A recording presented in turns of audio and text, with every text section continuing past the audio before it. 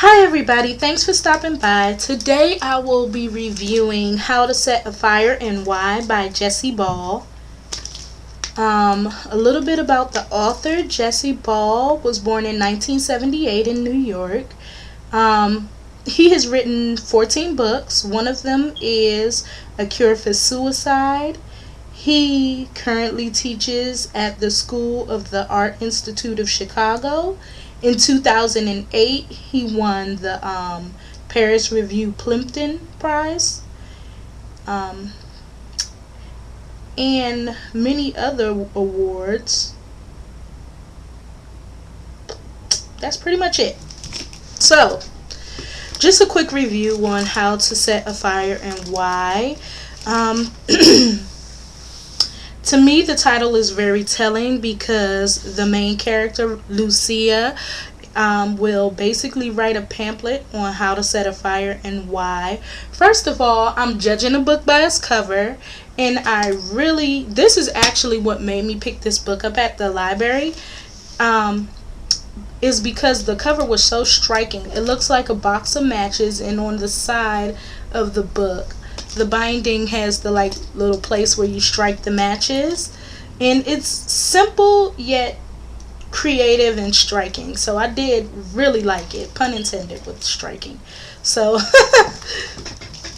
one thing I do also like about the book before we even get into the book is the fonts. He uses creative fonts. He even adds a picture in there, so it kind of helps the book come alive because it feels like a teenager is actually writing the book. Alright, well, the main character, Lucia, I like her, but she is kind of angsty, and as she should be, because her mother is in a loony bin, is in a mental institution, and her father is dead. Only thing he has left her was his lighter, which she cherishes, and I don't think she cherishes it because she wants to set fires, although she does set one by the end of the novel. She cherishes it because it belonged to her father. So I really feel like she lives with the socialist point of view, and all around is a well-rounded character. She has her flip-flop moments where she's 1 minute she's hot, next minute she's cold. 1 minute she's hard-hearted, and the next minute she's crying, and I feel like that's how teenagers are. So it makes it kind of believable, and that's how we are as humans, to be honest. So I think she's a very believable character. Do I really feel like she's the best character I've ever heard of or thought of? No, I don't. But she's still a very good, solid character for this novel. Now, the book is set, I guess, in a middle-class town, and she's pretty poor, lives with her aunt in a garage that somebody's letting her live in. She just got kicked out of one school. She starts attending another school where one of her writings about a book that has fire in it catches the attention of one of her teachers, and he realizes that she is actually a very bright student, tries to get her into this school that is for gifted people who maybe are not thriving in regular school. So she takes the test, passes the test, gets accepted into the school. Around about this time, her aunt has a stroke. She's debilitated. Her aunt knows she's about to die. She's on her way out. So she encourages Lucia to accept this offer into this prestigious school. Unfortunately, her aunt passes, and the landlord takes the aunt's wedding dress for ransom. This sets Lucia off, and Lucia burns his freaking house to the ground. So overall, this book it's really good. I like the use of the symbolism of fire to mean different things. I like how fire represents things like intelligence, the destruction of class boundaries. It also represents the bond with family. It represents testing. It represents life. And I like the different physical representations of fire, like the lighter, the sonar club, the class fire that happens in her school that Lucia did not set. Spoiler alert, sorry. The fire that was in the book report that Lucia wrote. So the author, the real author, Ball, he really does use fire in a great way and pulls out all these different representations of fire. I like the way he also addresses classism and covetedness, and how we covet things that are not really necessary. And I like some of the belief systems that are in here. Some of them are very comical, but I can get it. I still get it. So I also like the intelligence in the book, and how intelligence, I like the way he represents intelligence in the book, because first of all, he has Lucia and Lucia, and Lucia is very well read, but at the same time, she's a bit arrogant, and I think the reason why she's arrogant is just an outer shell, or a defense mechanism, if you would call it that, because she's been hurt so much throughout her life. But her aunt is also very intelligent, and actually Lucia looks to her aunt for guidance before she even knows that her aunt was a doctor and has wrote a book. So you have informal, just being well read. You have a formal type of intelligence that her aunt has, that the school teachers have. You also have Stephen, who mentions that he has a photographic memory, and Stephen is the one who introduces Lucia into the Sonar Club, the Arson Club, and he has a photographic memory, which is basically, I guess if you would want to call it intelligence, or just a very good memory, because it's like anything you see, you can recall it, and that's a form of intelligence as well. And I like how intelligence plays into, once again, fire, Prometheus. So, and just being endowed with knowledge. And I feel like intelligence in this book,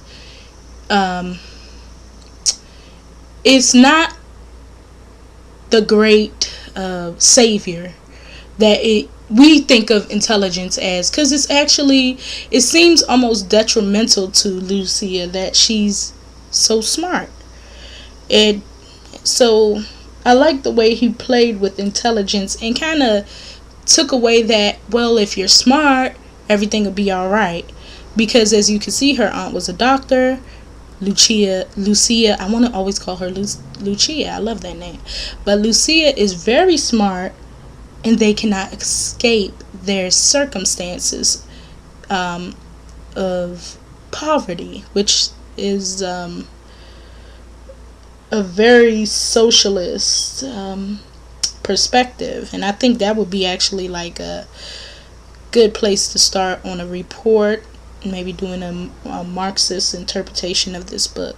But anyway, overall, the book to me would get a 3.5 out of 5 stars. And the only reason why I would even give it that low, the book was a great read. First of all, I finished the book in like 3 days. I could have actually finished the book in 1, but I have a life, so I can't just sit around reading all day. But even so, I could have finished the book in 1 day. It was a real entertaining read. You're gonna learn some new words, because he throws some big words in there. For me, may not for you guys, but I had to pull out the dictionary a couple of times. Now, so I like the words. I like the use of the fonts, and the creativity, the picture that he put in there. It kind of brought the book to life. I did like the storyline. The only thing was the ending was a little bit deflated. I feel it ended so abruptly. And I understand that real life does not tie up in neat little bows, but at the same time, I would have liked a more complete ending. Also, the pamphlet of how to set a fire It was kind of dull to me. That's just my opinion. I don't like reading instructional manuals, period. So, like, when I get something that I have to put together, I'm one of those people who would rather struggle with trying to figure it out on my own for like 10 hours, 2 hours. I ain't gonna say 10 hours, but 2 hours, rather than to sit down and take 5 minutes to read the instruction manual. So, that part was a little bit difficult for me to read. But, other than that, the book was actually very good. Very good characters. The main characters were complex. They had some good messages in there. And overall, I would definitely recommend the book to read. Like I said, I got it at the library. But if you want to purchase it, let me look it up. Let me look up the price. If you want to purchase it, you can purchase it. I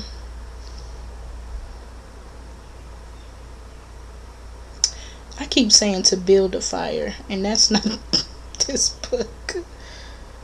That is also a very good book, or a very good short story.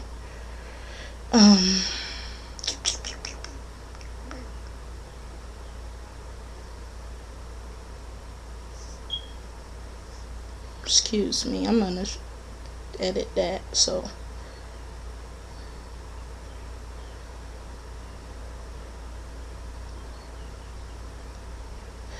okay, so right now the book is on sale for $14.98 at Barnes and Nobles. You could probably get it on Amazon. Walmart has it for $10.85. So just shop around, but the first price that comes up at is Barnes and Nobles for $14.98. I do think it's worth buying, but if you can get it at the library and turn it in, why not? I mean, because I read a lot of books, so if that's the case, I would be spending my whole life savings on books. But that's what I think of the book. It's a nice, coming of age, Bildungsroman, whatever you want to call it, kind of book. It's about 283 pages long.